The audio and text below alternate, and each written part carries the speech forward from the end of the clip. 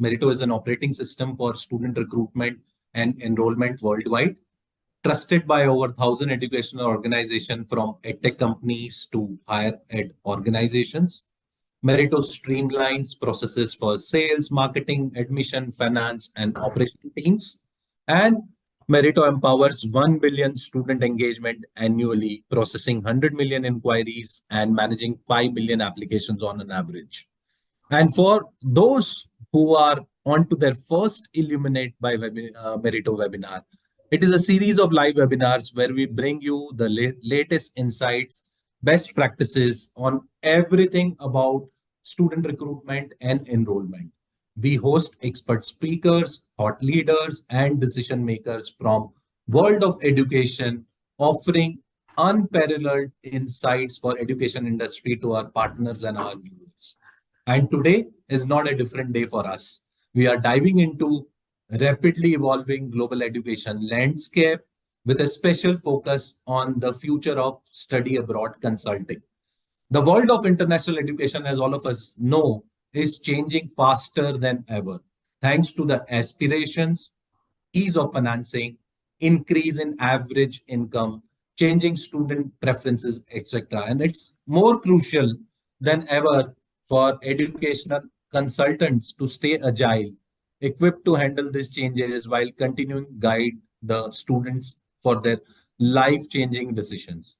To explore this shift and uncover strategies to thrive in this landscape, we have two very visionary people here today on the webinar, uh, Prashant Tibrewal and Piyush Bharkatia from AdmitCard and from Alumni. So welcome on board, Prashant and Piyush, uh, on this series of webinar. And for our viewers, if I have to just talk about what Prashant has done and what Piyush has done broadly. So Prashant has worked closely with students for now 15 years. He has mentored over 2,000 students in their study abroad journey.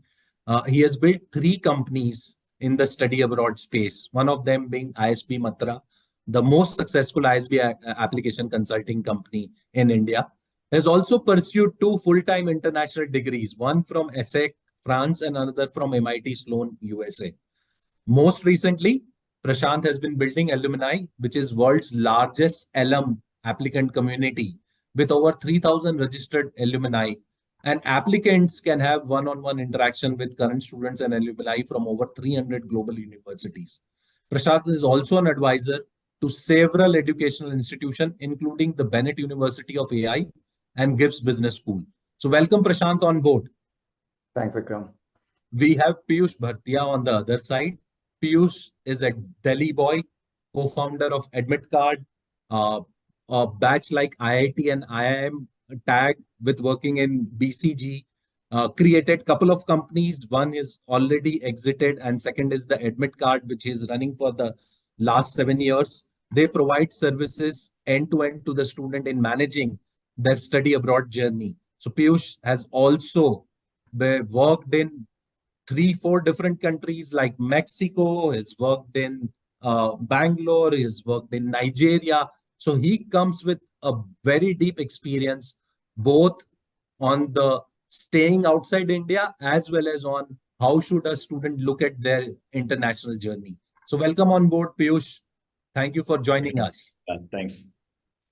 So as we kick off the discussion with respect to changing landscape of education abroad, Piyush and Prashant, this question is largely to both of you, that how do you both perceive the current landscape of study abroad, and what are the new opportunities do you see emerging for students and consultants in the study abroad space? So Prashant, you can take this question, and Piyush, you can actually, once Prashant finishes, you can chip in. Sure. Thanks, Vikram. And thanks for hosting this webinar. And thanks, everyone, for joining in. I see some known names there. So look forward to interacting. Of course, the outlook towards study abroad is fairly positive. We are all, a part of this ecosystem, and we have seen the numbers grow. We have seen the range of students grow, and of course, the range of countries or destination countries grow. So since there's growth everywhere, it looks positive. It comes with its challenges. Whoever has spent a few years in the industry, they have seen the ups and downs, and how the movement shifts from one country to another. But then the overall outlook has remained positive. But what has certainly changed, and if we, I mean, of course, in the course of this conversation, we will touch upon a range of things. But quickly, what I can think of in terms of emerging opportunities is how the use of technology is something that that consultants or companies in the study abroad ecosystem are looking forward to and should be looking forward to, especially with AI and the amount of research that students are doing themselves. There is good scope for, I mean, there's good opportunity for students to do things themselves. And that's where, as consulting services or consulting service providers, we will need to probably generate those microservices that we can put into the student journey, where sometimes they don't need the entire support, but they need those mini support systems which we can provide whenever and wherever they need. But yes, happy to discuss more across board on what's happening in the ecosystem, and let's see how how what we learn through the conversation. Over to you, Piyush, if you want to add something. No, I think very well put. But I would just say that there are both positive trends that are there, as well as some like real challenges. I think we are probably at one of the most unstable, most nationalist stage of average state minds of government across the host countries. Multiple international conflicts happening, intensifying, and sustaining for a long time, be it either the Ukraine and Russia conflict, or right now what's happening with Israel and Lebanon. So I think there is right now it's a very tricky time for international regulations.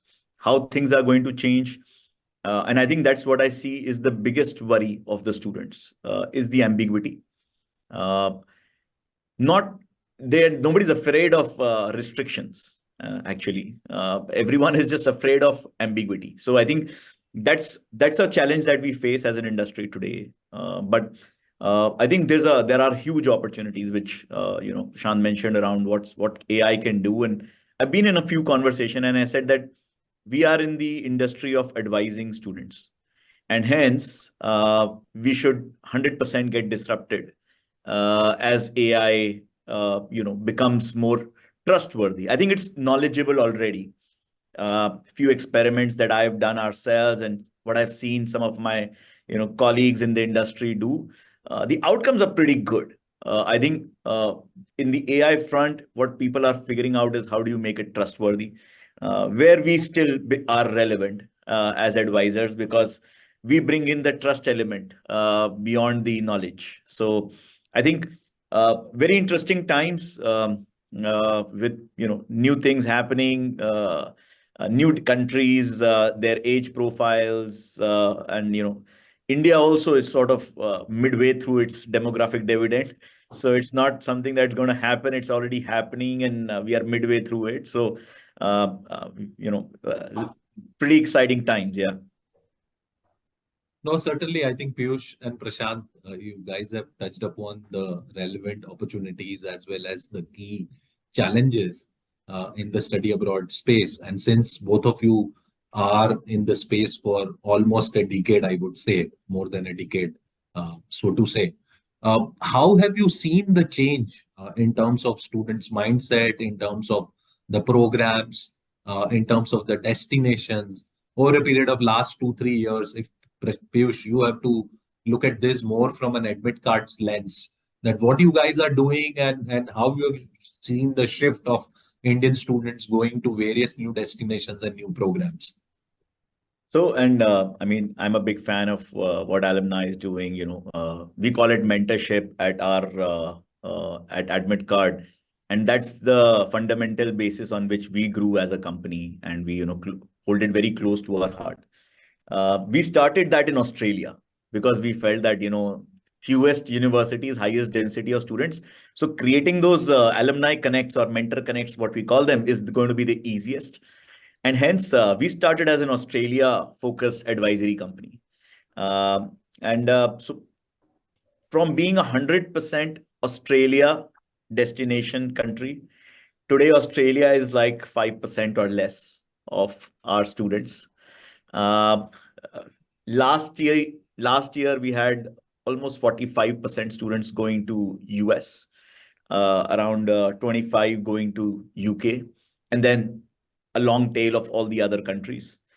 I see for us there has been a dramatic shift towards countries which are slightly more stable in nature politically and through their policies.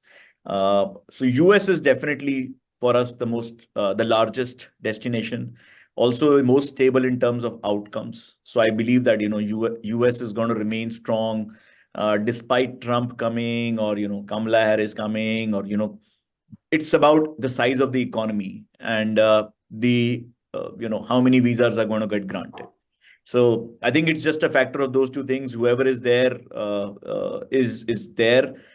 That's where I believe the opportunity I believe is much larger in the US and more stable. We have grown significantly in UK. I mean, till 2 years back, UK was less than 5% for us. It became 25% last year and about close to 30% this year. Still number two, after US, but UK, I believe, is grown very, very fast because it's easier to get there, more economical. But we are not seeing student outcomes coming very, very strongly in the country. And hence, I don't see that country sustaining for that long. I think other countries which are putting more restrictions like Canada and Australia, which are again major countries, it's good that they are making it more difficult. And hence, students who are more motivated, better qualified will go. Even though it may be in slightly lower numbers. Numbers are not that low, actually. I mean, everyone is crying, but numbers are not changing. I mean, it's just that the students who are more motivated and better qualified are going, which will result into better outcomes for them. And then, that's better for the whole industry. So as a company, we've been doubling almost every year. This intake, we've practically doubled over our last year, September. So, I mean, I'm not complaining, for anything. So I believe all these regulations are only helping more organized players who prefer to be on the right side of, black and white and operate that way. So, yeah. Yeah, I think traditionally US has been a larger supply market, and hence more number of students will get consumed in US than in any part of the world. So US can continue to stay at number one in terms of attracting talent from various emerging countries, and especially India. And I think post-COVID, China was actually supplying more students and more Chinese were going to US, but that trend has changed post-COVID. And I'm sure that now the number one is India. India is kind of For US, number one is India. For Canada, number one is India. This year, Germany reported that number one is India. So, I mean, of course, Indian students are becoming the primary destination. Again, it is also linked to political conflicts, countries, political alignments, and Indians are sort of getting favored right now over many other nationalities. Indians and Nigerians, actually, both, if I have to say. Yeah, I think majority of the tech companies CEOs are Indian. So from that point of view, also, if you look at it, the hiring and all that, like you said, Piyush, the outcome, which matters a lot for anybody who's thinking of actually going and studying abroad, because majority of those students are not going to come back and work in India. They are actually going, majority of them, to change their passport largely. So I think there's a disconnect, I would say, there primarily because I think in US, the student is not going in with that mindset. I think that's the beauty of US as a destination. They're going with the mindset of working there for 3 years. And they know that after that, it's a lottery and they'll most likely not get it. And they'll try and figure out ways to stay there, but it's not going to happen for everyone. But it's still going to be meaningful if they get to work there for 3 years. And if they have to come back also, I mean, they get good opportunities. And so I believe that's the core reason. For somebody going to UK, they're going there for 2 years of post-study work permit, and then they're thinking that they might get absorbed somewhere. The problem is when you don't get the job for those 2 years. And the basic bare minimum promise is not being met for majority of the students. So although, I mean, the UK is, if you look at the job statistics, they said that more than 90% of students graduating from a master's degree find employment. It includes international students. I believe that 10% is maybe entirely international students. And I don't know. I mean, because it doesn't seem like anecdotally. I'll be in UK next week, meeting all our students who are graduating this September, and those who are joining. I mean, I'm worried, to be true. So we need to be aligned to the students' final goals. So that's, I think, where I feel a bit of challenge. Sure. Prashant, you have mentored over 2,000 applicants from diverse fields such as software engineering, law, fashion design, and that too, sending those kids to Harvard and Oxford. So, how do you tailor your guidance to address the unique needs of aspirants from such a variety of backgrounds? Right. Thanks, Vikram. So yes, there have been students, and students are generally from diverse backgrounds, which is actually increasing, and I'm sure Piyush has observed that as well. Where students are looking to study more range of subjects and going to more range of countries now. But typically, when a student is being mentored, and when a student is looking to study abroad, they are looking at a shift in one of these three things, right? Either industry or function or geography. And especially if it is someone with some amount of professional experience. And if it's a college graduate, they may be looking to build on what they have studied, or they may be looking to change their stream of study altogether. And for us, it's important. That's where the personalization comes in. And, Piyush was just talking about how AI is easing things out for students now. But then till now, students have really needed that advice, which they generally don't get on the internet, on what are the career options in different countries, or what are the career options that open up when they pursue a certain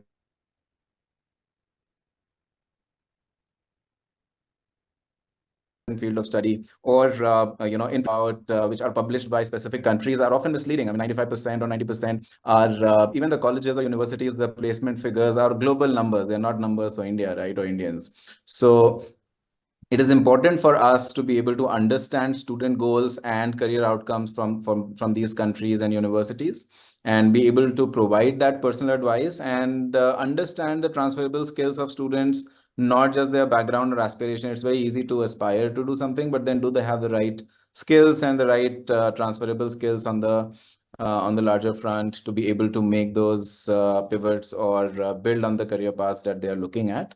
And our goal has pretty much been on those lines. And that is also the gap that we are looking to fill with alumni, where now students will be able to talk to alumni, talk to real students who have traveled that path, and not depend on a few counselors who may be in a position to provide that advice. No, completely makes sense. Piyush, if I have to look at Admit Card, because Admit Card supports students throughout their entire journey for studying abroad, starting with even test preparation to securing a student's visa and even financing. But can you share how comprehensive approach differentiates Admit Card in this competitive space? Because you have got so many players who are helping students. You have got a lot of small consultants as well who are helping students in their journey, and you have got large companies as well. So how Admit Card is different and differentiate itself from others? So I think we need to be, doing what the student wants. And I think that is very much straightforward and simple. The student wants to understand what are the right set of universities. And hence, one thing very important is that what is the university set that you are bringing to the table for the student, right? And what majorly we have seen some of the smaller players, they work with like 4 or 5 universities, and that's where they are prioritizing their students too. Because it's also just difficult for them to understand that variety of process. It's not that there are aggregators available today who can give you access to all the universities, but it's just complicated to work in that diverse situation of universities. I think that's where and from the starting point, we have made our counseling be more product led, where the options for the students, the needs of the student in terms of documents, in terms of what prompts they need to, write their essays on, what recommendations. So that guidance that the student needs to get is largely product led. And that, the reason why somebody might not suggest you a particular university because they are uncomfortable with it, is taken away, that inhibition. And hence, this year we would have students joining more than 700 universities across 17 countries, with the help of maybe, an 80-member team. Now, I know my counselors would not know the name of those 700 universities, but what pops up right for that student, what works for that student, their need, their profile, their preferences, that's right for that kid. So I think that's something which really differentiates us from where the main competition is, where the mom and pop shops are, where the student gets very limited for choice. And I think the other piece which you mentioned, student wants to understand a comprehensive answer, right? I don't want to just सिर्फ आइल्स की तैयारी नहीं करनी, सिर्फ GRE की तैयारी नहीं करनी, या फिर सिर्फ एप्लीकेशन नहीं करनी, तो मेरा लोन नहीं हुआ, आपने अप्लाई तो कर दिया मेरे को एक जगह पे, बट मेरे को, आपको पता है कि मेरे पास कोलैटरल नहीं है, you need to get me a loan where I an uncollateralized loan for my studies.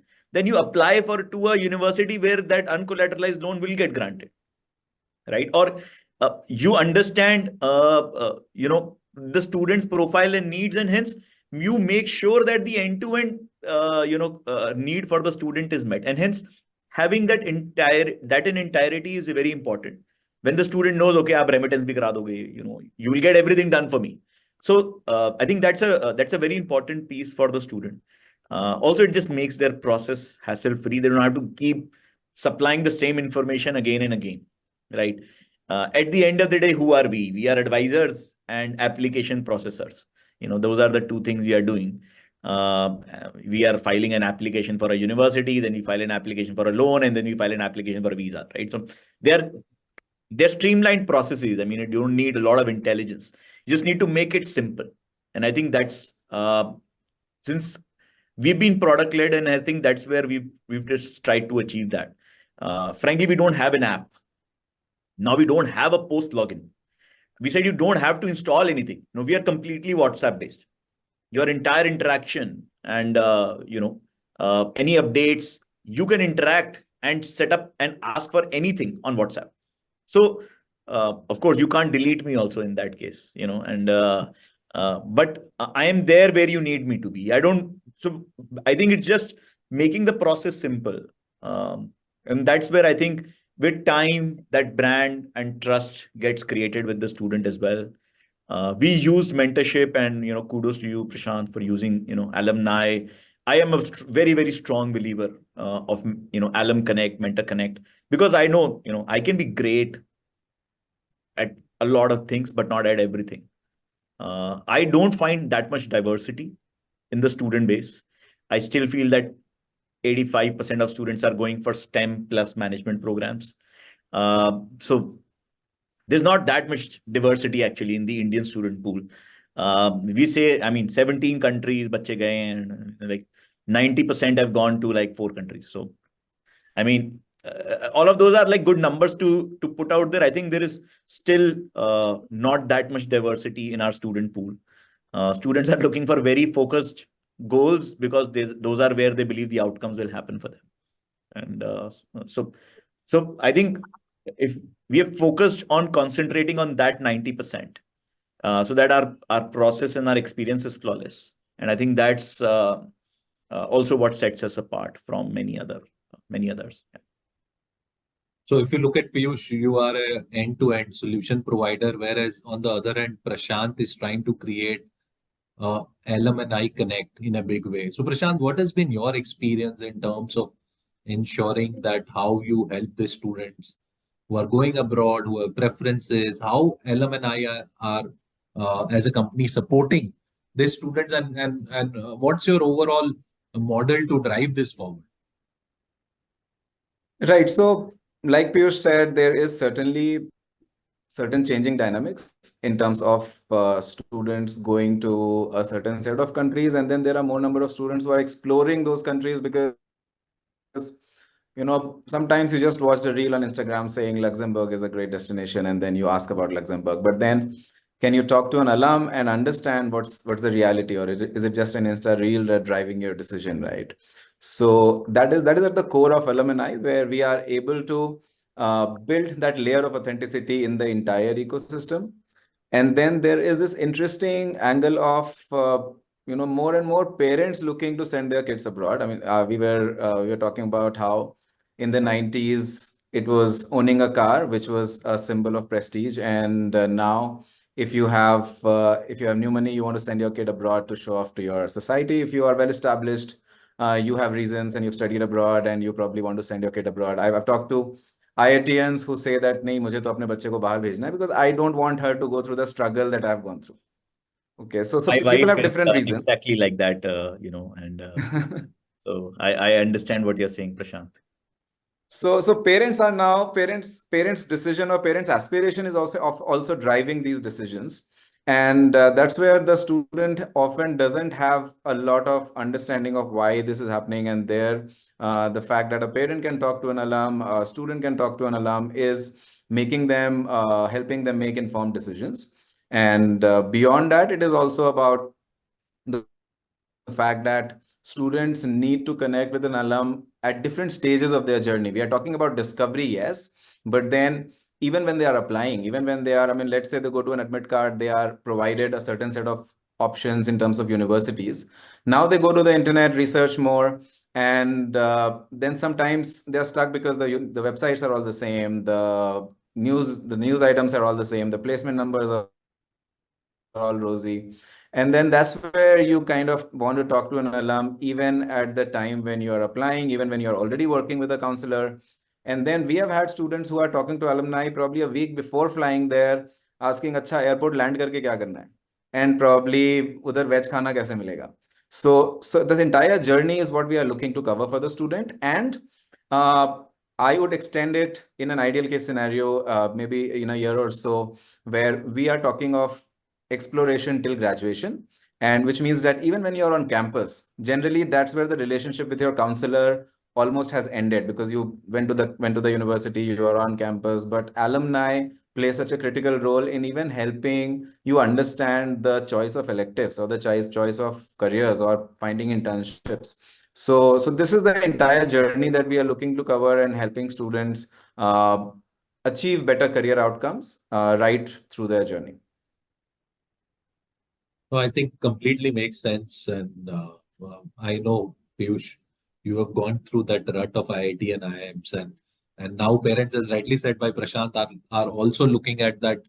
When you have aspiration, when you have a easy facility of availing loans, your income has gone up, all those factors are also now considerable factors for a parent or a student to decide whether they want to study in India and get into that queue, or study from any other emerging destination. But Piyush, very frankly, we have been kind of hearing a lot of noise with respect to visa regimes in many countries, especially now Canada, UK, some part of, I think, in between Australia as well. So how do you see this with respect to study abroad as a segment, as well as what kind of, I would say, uh, impact this will have on students' choices of destination? Yeah, again, I had opened up with that, and last week we had a town hall of AIRC. This is a International Association of Accredited American Recruiters. So they were about, I think, about 20 odd guys, all large players, but talking more specifically to US, right? And half of them were Indian, and few guys from Europe, couple of from South America. So it was a pretty representative group across the world. Nobody was complaining about visa rejects in US, apart from the Indians. Everyone in India, including us, we were saying that we have anywhere between 25 to 50% visas got rejected for US. So everyone is saying visas gonna get rejected, right? But if you look at the US numbers again for this year, there would be a slight increase only. right? I think it is just the sheer volume of students applying, and the US will not come with a policy saying that I'm not going to have more students or I'm going to put a cap on that. It just silently keeps giving visa rejections and controls the numbers.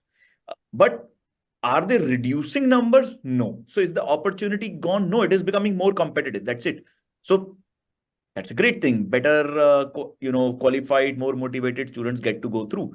Australia has specifically said 145,000 students would be taken into Australia in 2025 in public universities, and then vocational courses, there is another 90,000. But if you look at the public universities, the full-fledged bachelor's and master's programs, that number is not very different from last year. The last year, that number was around 180,000. So it's not that they've stopped the country or stopped migration. They've made some adjustments, right? And I don't see that changing the landscape that dramatically. So I think there's a lot of noise. UK is halved there, or not maybe halved, but reduced by like 35% their visa issuances. But 90% of that drop is actually from spouse visas. Because what Indian students, and like not just Indians, but a lot of other countries, the students do is that they will go for studies and they'll bring their spouse along with them on the spouse work permit. And they get to work from day one. Now, UK said, sorry, guys, that's not happening. Canada is saying, sorry, guys, that's not happening. So they are controlling to bring genuine students in. Numbers are not changing just because the sheer demand is so strong. And I just feel that, there's a lot of noise. It is great for organized play. The people who are trying to find a shortcut are the ones getting really impacted. They're, of course, much more in number and hence a lot more noise. The processes have become more strict. I mean, applying for an Australian visa, I mean, you go to like 5 hoops. You have to jump through so much. Get 5 times, you have to get your bank statements stamped from your bank, and every stage you need an updated document. It is crazy for the student. You need to be really motivated to go. But is the number going to drop? No. So I think there's a lot of noise. It is great for organized play. It is great for students who are genuinely looking to build a career abroad. I don't see any that being a challenge as such. Piyush, how are you, and just building on that, how are you guiding the students through Admit Card in terms of applying to visas? What support you are providing to ensure that their end-to-end application is managed and they don't have to face any challenge with respect to that? Obviously, from a visa point of view, they'll have to submit what they have to submit as per the country. But how are you solving this at Admit Card? So very simple, it's straightforward. I think it's a 3-step process. Firstly, it is to know yourself. So you need to be updated. Regulations are changing every week. Canada will come and drop some bomb. I mean, yesterday, a funny case, New Zealand, the visa fee was supposed to increase, was going to get doubled. So New Zealand is putting another breaker, right? If you coming to my country, you pay now $860 from which used to be like $430. Now, we informed our student, first it is for us to know, right, that this change is going to happen, right? Or if there is some documentation change or eligibility change and all, then it is to inform. And hence, how do you inform? And we are building more and more channels. I started my own YouTube channel so that I said that, okay, any updates that are going to keep coming, any knowledge that we want to impart, I'm going to keep building content. And, because then I know in the most authentic and trustworthy way I can actually transmit that knowledge. So making your students aware is very, very, very important. And then being on their toes, because at the end, we believe, we feel that Indian students are more used to spoon feeding. And that's where our role becomes very important, because yesterday we had to file the visa at 4:30 p.m. before 4:30 p.m. because that was midnight in New Zealand. And the visa fee was not changing midnight India. It was changing at 4:30 p.m. And the student sent the document, the last document, at 3:30 p.m. So we have to be at their toe, karo. So that, So I think those are the three things that we need to do as their partner in this journey, to be aware ourselves, to communicate to them in time, and then actually be a little bit pestering to make sure that they meet the timelines or the requirements. I think we've had phenomenal visa success rates across all countries, except US, of course, this year. I mean, we're close to like 75, close to 75%. But yeah, I think it is just those three things. Most cases, people are not even aware of those changes happening, and I think we need to keep our ears very close to the ground. Keep reading, keep understanding, and I think I play that role at AdmitCard. So yeah. So clearly, Prashant, if you look at it broadly, and I'm sure in your experience at alumni and obviously ISB Mantra as well, if you leave aside these four big destinations where a larger chunk of Indians apply and they go, there are a lot of small other destinations which have emerged in the last few years. From an alumni perspective, Prashant, how are you ensuring that those destinations, you've got alums who can talk about what's going on, what kind of colleges, what kind of programs, what kind of corporates, what kind of living conditions are there in those destinations? So how are you bridging that gap? And what percentage of your of your alums are from non-traditional or non-emerging destinations? So, of course, we started with, like Piyush said, they started with Australia in those times when Australia was big. And then when we started, UK was big. And dynamics have changed, and US has always been big. So traditionally, US is where most students want to go when they're most researched. Whereas UK has emerged as an easy destination, and that's why it's picked so much steam. But then for us, when we started with UK and US, there was certainly a lot of demand. Students would come and ask about non-traditional destinations, and I would think it's market driven. So about 15% of our alumni should be from these destinations. And because students are asking for more of US and UK alumni, our alumni spread is also aligned with that. But then when we talk about these non-traditional destinations, or even the changing shifts, one has to understand why are these shifts happening, right? So one is, of course, the socio-political factors that we already talked about. And in principle, it is not just the visa that students need when they are going to these countries, but also the work visa that comes into play. And when we are talking about work visa, so Singapore, for example, was a great destination. 10 years ago, it was a hot destination. International universities were setting up campuses in Singapore. The Singapore government was very welcoming, with open arms for all international folks. And then now to get a work visa in Singapore is very difficult, right? Similarly, UK has opened their work visa because it has extended the post-study visa. US most of the master's programs, MBA, for example, a year ago was not a STEM classified degree, but now most of the good MBAs in the US are STEM classified. So for us, it's important that these are pieces of information that students are made familiar with, and that's where we also onboard a lot of current students who are able to provide specific insights on what's going on.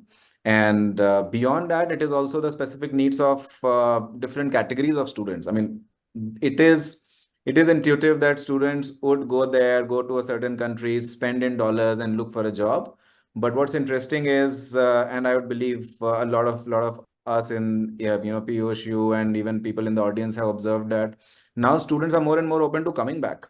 And it's not, sometimes it's the India story, India is growing and everything. Sometimes it's just that they need exposure. And they say they are okay. I mean, I've had conversations with students who are okay spending $100,000 and coming back saying, no, I don't want to stay there. So in those cases, if they are looking at exposure, then they don't have questions around, will I get a job? They don't have questions around, will I get a work visa? They have some very specific questions in the context of the exposure that they seek. And that's where the non-traditional destinations are also coming up, because in a typical Singapore or US or UK, you would find a certain category of students, but the kind of diversity you get in Europe is very unique, right? So that's how we are able to, or we are trying to bring in that information to students, where they are able to understand and address questions that or concerns that bother them in their own personal context. Sure. So let me change some gear and धंधे की थोड़ी बात करते हैं पीयूष कि every student is spending a hell lot of amount in every step in their journey to apply to universities outside India. So be it starting with taking coaching for the test, then taking the test, then application, then a lot of other things with respect to once you get any admit or any letter, then you have to look at your insurance, your sending payment, and then the flight ticket, and a lot of other things, which students are already spending a hell lot of money in their entire journey of going from India to any destination. So Piyush, if somebody has to look at it more from a perspective that is study abroad consultancy, if I have to look at that, how I can ensure that I support the student, at the same time I can increase my average revenue per user. How do you think that they should be built? Do you think that there are any tools or strategies which study abroad consultancy can actually look at, or you feel that let it be, you just focus on what you are doing with respect to providing consultancy and let the student manage the other things? So great question. बिल्कुल धंधे की बात है, ROI. We just had a team town hall.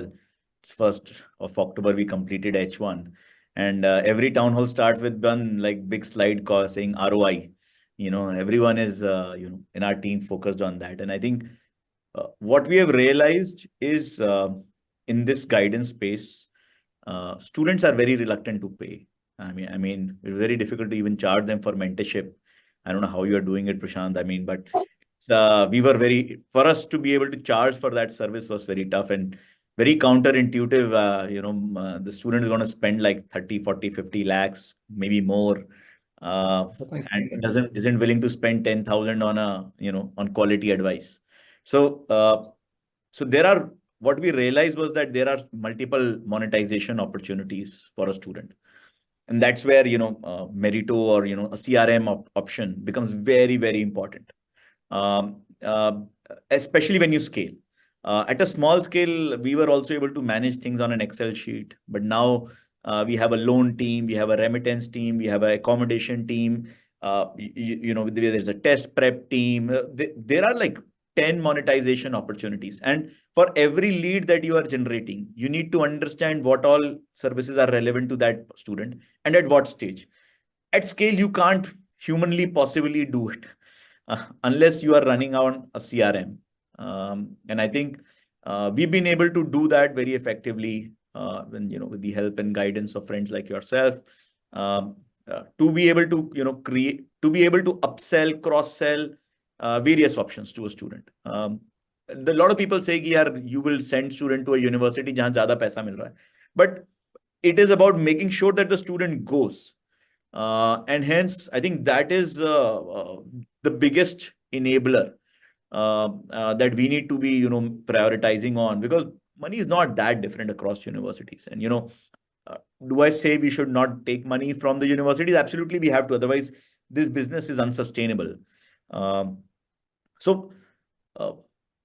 But not providing, adequate lending services, forget the money you'll make on it. Your conversion rates will double if you are providing, coherent lending services, because a lot of students will end up dropping because they were not able to arrange the financials on their own. So I'm saying, I think being more organized and monetizing all the possible revenue opportunities and pitching each one to every student for whoever the person is relevant and at the right time. And for that, you need to be more organized, have a system and a process around it. Yeah, and it's a fantastic business. Anybody doing it unprofitably, it's a crime. No, thank you so much, Piyush. And I clearly see that as Meritto, we are supporting a lot many study abroad organizations in driving every piece of their work effectively through our CRM, through our marketing automation, through our communication channels and all that. So I think it's, as you rightly said, that at a scale, if you don't have your processes managed through a platform, it becomes very difficult. And Prashant uses Meritto in both his companies at ISB Mantra as well as at LMNI. Prashant, coming to you with respect to, I know that you are building LMNI brick by brick, and it's just a journey which has started. But what do you think from a monetization point of view, Prashant? That what are the areas which you will focus on, or you are already focusing and driving this forward? Right. And I would talk about alumni, but also about the study abroad ecosystem in general, because of course, the audience here is looking at how they can extend the LTV or the lifetime value of the customer that we talk about. And like Piyush said, there is good opportunity across the spectrum and the entire journey of the student, which has been monetized traditionally in one way or the other, and now we are seeing things getting more organized.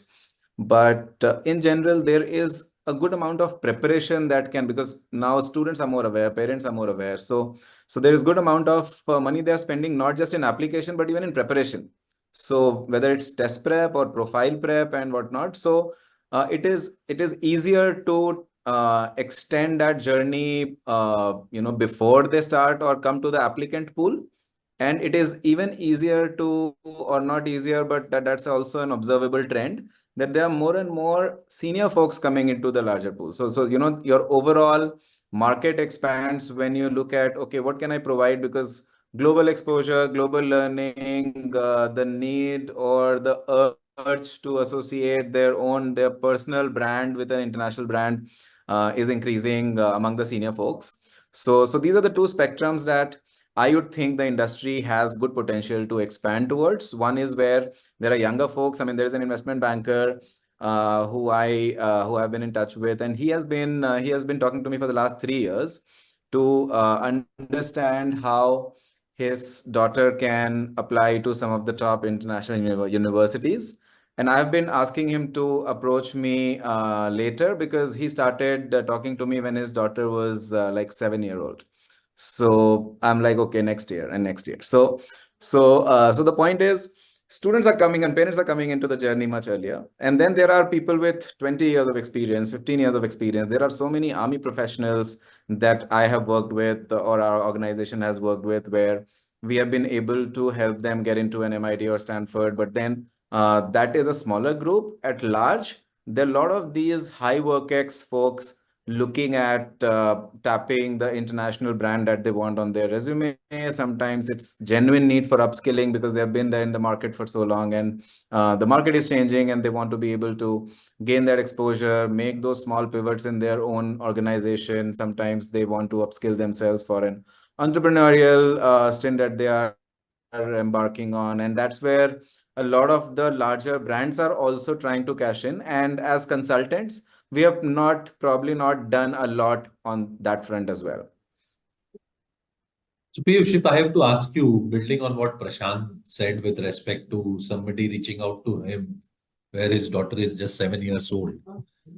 Clearly, Piyush, aside of what you do for people who come to you currently, but do you have any strategy with respect to catch them early, help them build their profile to ensure that over a period of time, you will get what they will get what they want?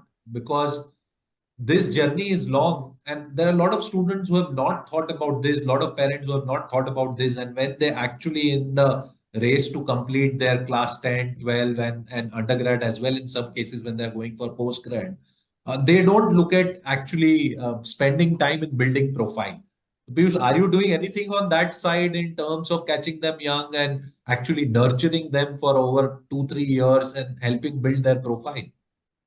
So, I mean, there's another question by Pradeep ji from the audience. Also, he's saying that his child is in 10th standard. And again, I think, so that's definitely, like what Prashant has been saying, the need is coming earlier. I have probably 100 angels who have invested in Admit Card over a period of time. Given a lot of them are older than me and I'm quite old. They have kids, who are maybe now in 8th, 9th, 10th. And, 2 years back, one angel who's very close to me, his son was applying for US. And he told me, Piyush, yaar, मैंने कहा, sir, बताओ, how can I help? I love you, man. So I'm going to do everything for your kid. And he said, Piyush, no, you are master's focused, my kid is going for undergrad. He needs like specialized service. And I was like, okay, you put a substantial amount of money in admit card. And, I can't solve your problem. So, I'm actually wearing that right now. We started a brand called The Big League, sort of focusing on students who are starting early in the school, and helping them start building their profile, targeting top schools. We are in the process of publishing a book where we have captured stories of our top 20 students who've all gone to like top 20 universities in the world. Harvard, MIT, Stanford, you name it and you have it, so just capturing their experience and doing a larger survey of around 1,000 odd kids, not 1,000, but around 650, 700. They're not that many that go to those top schools actually. So, but going in top 50 and trying to use data to understand, is IB board better than CBSE? Does it create a difference? What is the average SAT score if you're applying for top 10 versus next 10, then next 10? How many students are actually giving SAT versus ACT versus no exam, right? What are they actually doing in profile building? Now we are advising, do profile building. Everyone says write a book, or go work at an NGO, right? Is that really translating into success for these students or not? And I think so. Over the last 2 years, we have really deepened our expertise in undergrad. This is the fastest growing segment when it comes to Indians wanting to go abroad. Parents are willing to pay out of their capacities, for a better word, and charge the parents anything. But truly, I see people not delivering real value, because every parent I meet or my team, and I hear the anecdotes, everyone is unsatisfied because they feel that the people are just telling us what to do, and they are expecting us to get it done, and we are high flyers. Like if you ask me, make me write my son a book, I don't have the time, and I don't know how to write a book. So, what we are trying to build more differently is have experts for every kind of activity that the student might need. And it's kind of like parenting outsourced. One, parents don't have the time, and they're also not capable. They are usually successful. So they are confident, like me. If you say, Piyush, you can't write a book, no, I'll write a book, and I'll learn and I'll figure it out. But I may not be able to write the best book for my kid, right? Or a best research paper for my kid, because I don't do that for a living. So we have experts not just providing what to do. What to do is statistically based on 600 students' success outcomes, and how to get it done. We have experts enabling them to do it. So we charge a bomb for that, but yeah, I think we've had great outcomes with our students. So, but yeah, I think we are building it, but it's still boutique. It's not something that we believe is going to be too scalable, because it's still very people dependent. We're trying to de-skill it as much as we can, but I think we're still not there yet. Maybe another couple of years of learning, and then but yeah, that's what we are building around it. So you are clearly focusing on that segment. Absolutely. Prashant, what I have known you for years, and what I have known is largely your expertise is more with people with work experience, and you drive them to right kind of institution across the globe. So what do you think? What is the change? If you see Catch Them Young on one side, obviously it's a very different ball game in terms of you are now literally crafting everything for that individual, and then that individual is going to apply. But people come to you with experience, with the baggage, so to say. How you differentiate between them in terms of helping them apply for their right choice?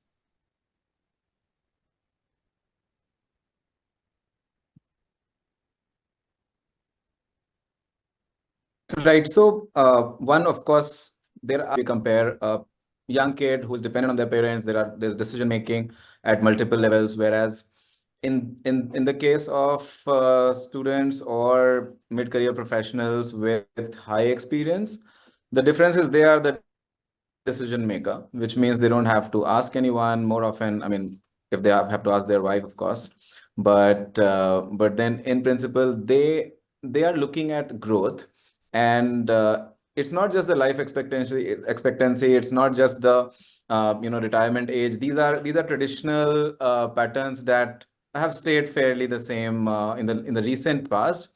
But then what has changed is aspirations. So when they see their own there are startup founders who probably succeeded and made billion-dollar companies at a 45, 50 age, or there are CXOs who have grown and who put in that effort and worked with these startups at that age. So when their colleagues see this, the aspirations are building by looking at examples around you, and then when they look internally and say, hey, I don't have enough opportunities to grow internally, what do I do? And then you look for solutions outside.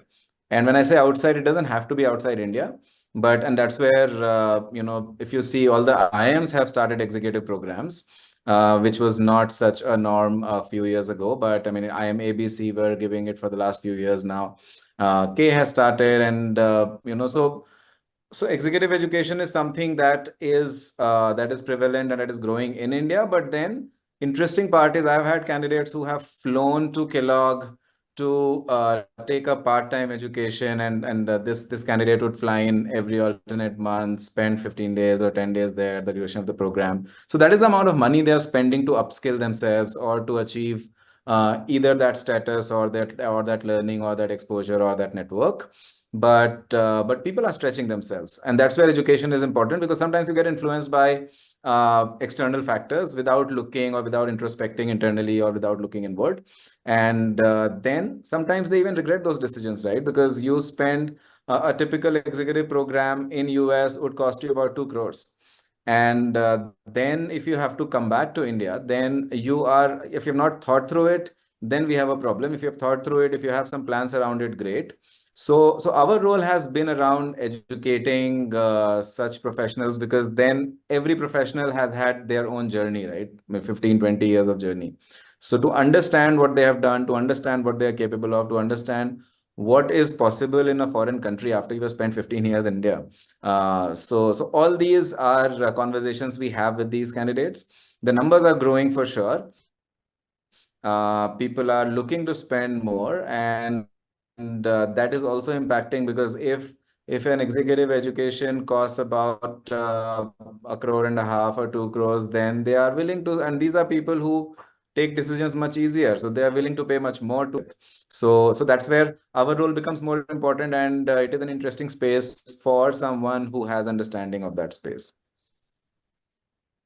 Clearly, I think we are at almost the fag end of our conversation. I don't know when we actually 60 minutes are gone and we are still in conversation. So Piyush, wrapping up very quickly, what trends do you foresee in the study abroad consulting industry? Particularly, I'm talking about this entire piece related to consultants and all that.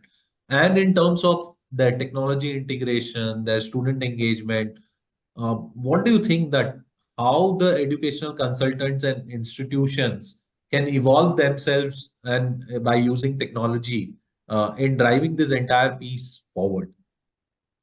So, I mean, since we are already out of time, so I'll just put 3 top things which are there.